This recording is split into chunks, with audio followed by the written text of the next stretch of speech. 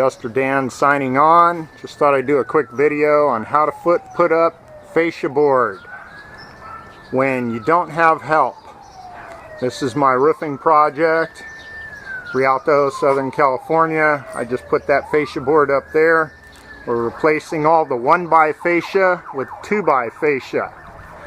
And sometimes you don't have a whole lot of help getting these boards up if you've got to replace fascia. So I just wanted to give you some quick tips and hints on how to do this if you have to, if you don't have assistance. So first thing I would mention is the fasteners that you want to use on these. You want to go with at least 20 penny nails, especially on the older houses that have the rafter tails are a little less than perfect. You want the fasteners to go in nice and deep, and normally they put these on with 16 penny nails. I found that they're not long enough and they do pull out over time, so I use 20 penny galvanized nails to go through the fascia into the rafter. They hold it really well over a long period of time. Secondly, you want to always do your seams, your splices. The best way to do them to look the most attractive is to cut it at a 90-degree angle, which is really difficult sometimes to get that cut straight and true. This morning I'm having a problem with my saw blades on my skill saw, which is right here, cupping as they go through the cut on the end of the fascia.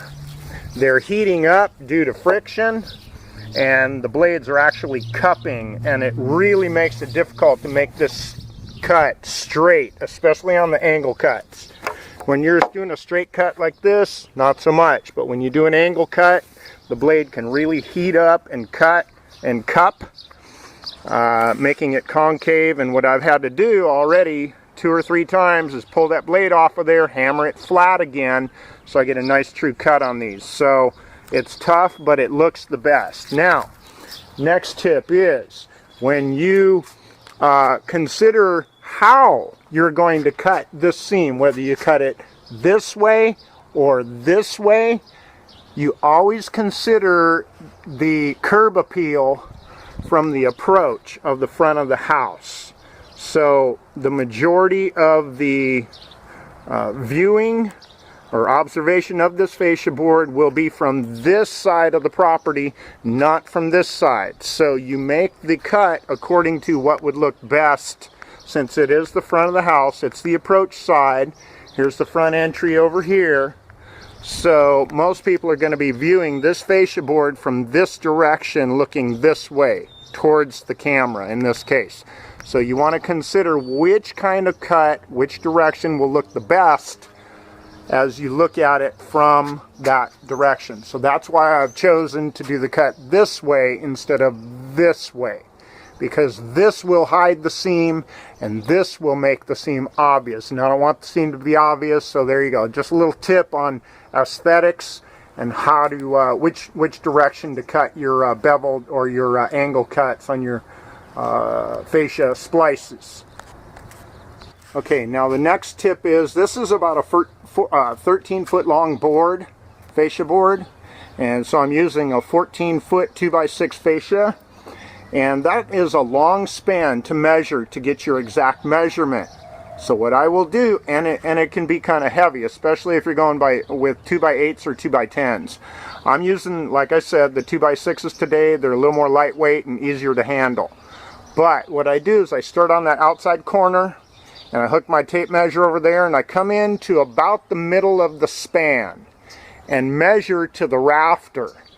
I measure that first, and then I get down and move my ladder, because I don't have somebody to hold my tape on the other end to get that full measurement, the spanning measurement.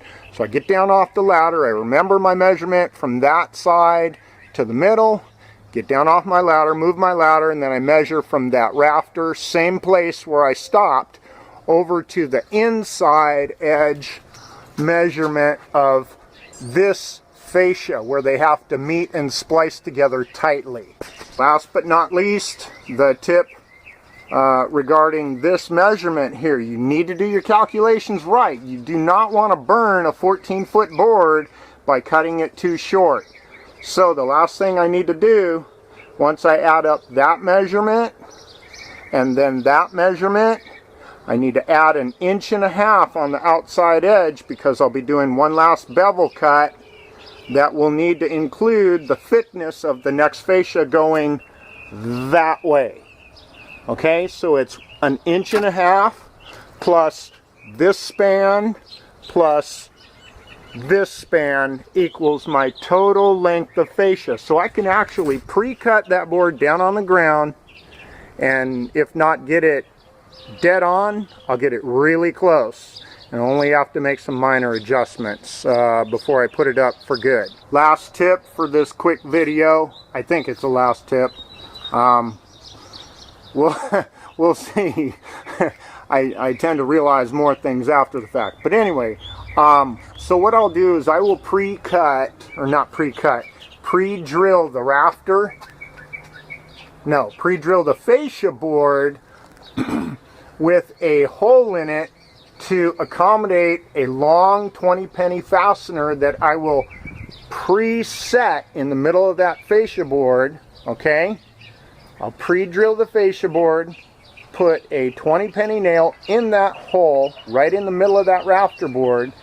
I will climb my ladder after I cut the fascia board, hold the fascia up with one hand, which is doable. It only weighs about 40-50 pounds. And then I will set that nail into the center rafter. Now, it's not perfectly centered within this total span, but it's close enough to be in the middle to where you have some semblance of balance and hold the board solid enough for you to make your adjustments up and down on the fascia to make it match that fascia over there on the end and where you need to land out there on the last rafter. Okay, so this fascia board has been pre-cut to go in that last space, and I have made my measurements at 80.5 in my case, and if I deduct, or subtract half of, or 50% of the thickness of that last fascia board, I end up right in the middle of the rafter where this fastener needs to go. This is my anchoring fastener to hold the fascia board up while I adjust it, because I don't have somebody else to hold it up. So I have 80.5 minus 3/4 of an inch. 3/4 is 50% of 1.5 inches, which is what that last fascia thickness is over on the end. So I need to measure 80.5 minus 3/4 of an inch, and then drill my hole right through there, preset my fastener, and then I'm ready to test fit the fascia up there. So let's go ahead and do that. Okay, so here is 80.5.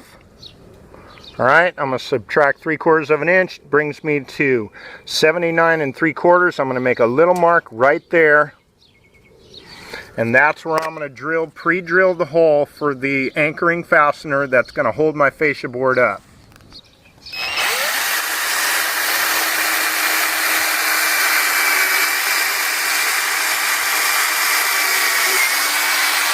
Okay, I hit a knot hole there, and that is why you pre-drill these.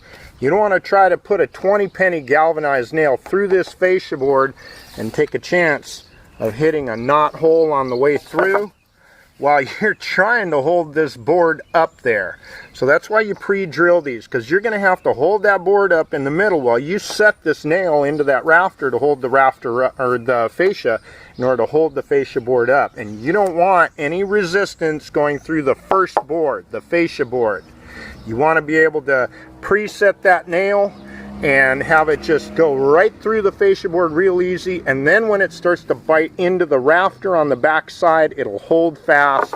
You don't have to worry about hitting knot holes on the fascia board, just in case. There's a knot hole right there. Okay, and sometimes they're hidden on the back, and they will give you fits if you don't pre-plan, expect to hit knot holes while you're nailing these. So a lot of times I will pre-drill them just for that purpose alone, to make it easier when I'm standing up on the ladder trying to hold that rafter or the fascia and anchor it in place until I can make my final adjustments on it. If you pre-drill these holes, it tends to prevent the fascia from splitting when you drive the nail through, especially on the ends and the joints.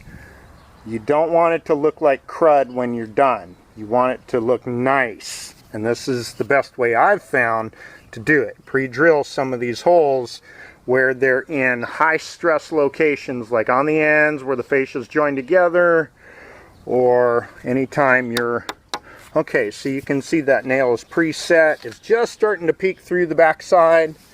You want to be careful not to, there we go, nice and flush. That nail is in place and it's ready for me to hold that fascia board up and tap it in. Okay, so a lot of times I'll use my step ladder to rest the fascia board on until I get up there, grab it with two hands, set it in place, hold it with one, and then go ahead and pull my hammer out and take a swing on that nail, setting it in the center rafter where it's nice and balanced. You don't set it in all the way in case you have to move it again. You can pull the nail back out, but you set it in deep enough into that rafter up there in order to hold it in place without falling on your head or falling on nearby vehicles. So anyways, that's how I do it. So I'm going to go ahead and lift it up, set it in there, and I'll show you after it's in place. Come on. Right, I've got it up and in place. You can see I have not set this fastener all the way. I can still pull it out, okay, in case I need to adjust it. However, you can see that I've got the overlap sufficient on this seam to cover, and you don't have any exposed wood out here. Looks really nice. It's not anchored in place, it's just tacked in place, and it's staying up there just with that one fastener in the middle to balance the board. So I like my overlap here. Let's go check the outside edge. And what do we have here? It's practically perfect. You can see that is sufficient for the next fascia board that comes along here to meet up with that. You get a nice beveled corner on both this one and this one, but that cut is just about perfect. It's positioned perfectly to give you a nice, attractive, beveled corner that's positioned properly, and I can anchor it fast, be real nice and tight, and it'll look great. That's the right way to do it as far as I'm concerned, and that's the way you do it when you don't have help. I'll come back when I go ahead and finish anchoring this off. Alright, once I get a couple of fasteners in the middle to hold it secure, then I'm going to come down here and I'm going to fasten this splice, because I want this to look really good and match up perfectly. This is going to be one of the most important visible aesthetic and cosmetic benefits or attributes to this entire fascia system, is this splice right here. If this doesn't look good, your work's going to look like crud. So that's why once I get it anchored there in the middle, I'm going to come down here and fasten this probably at this rafter, and then secure the joint and make it really look nice and tight, and make that look the best. And then last but not least, I'll go and make my adjustments up or down a 1/4 inch down on the outside corner. Be right back.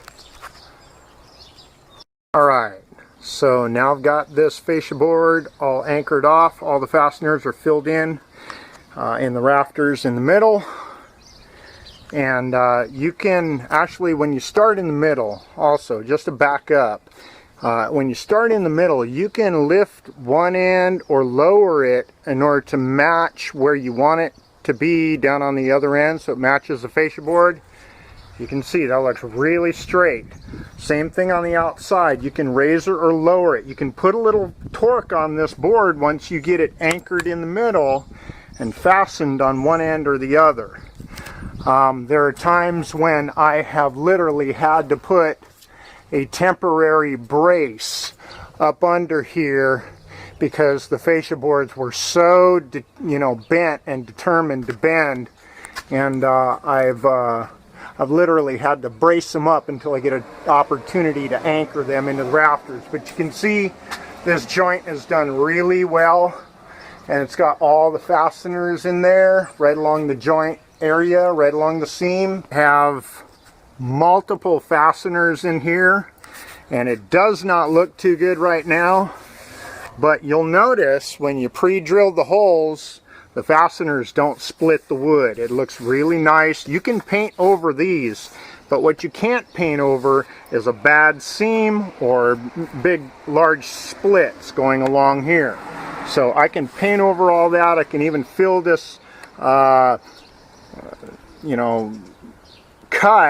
a little bit with caulking to make it look really nice, and you won't even see that seam from the approach of the house, from the front approach near the entryway.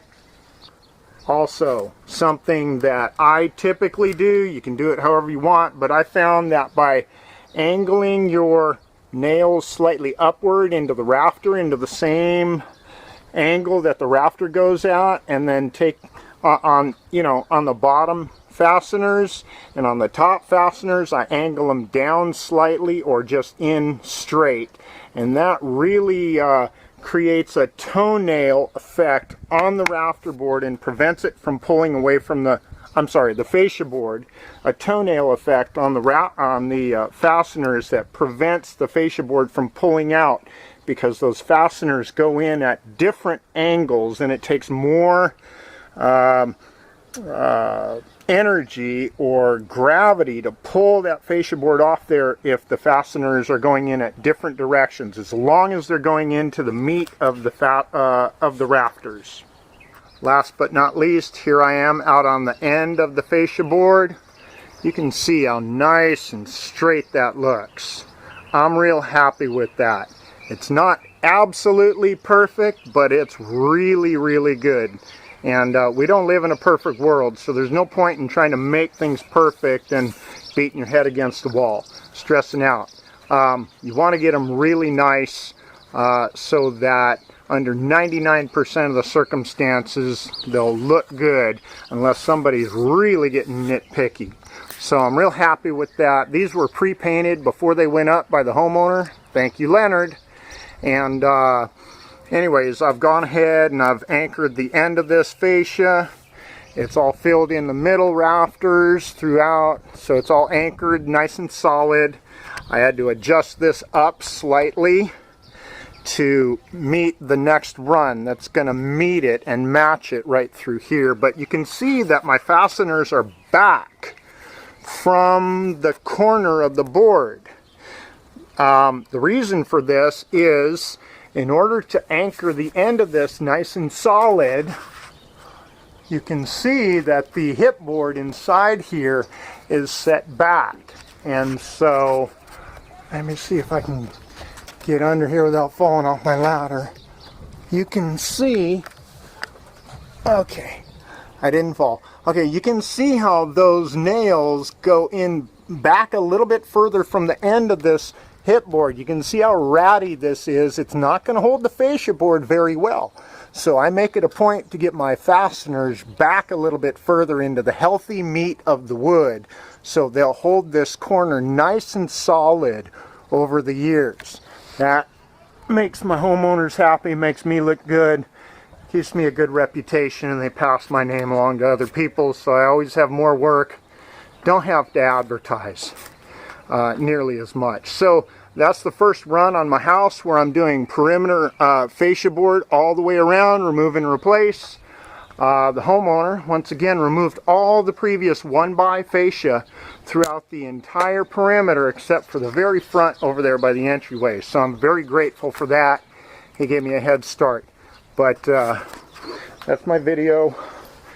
with all the tips on how to put up fascia board when you've only got 1 or 2 people, and all the extra tips to make it really solid and make it really look good.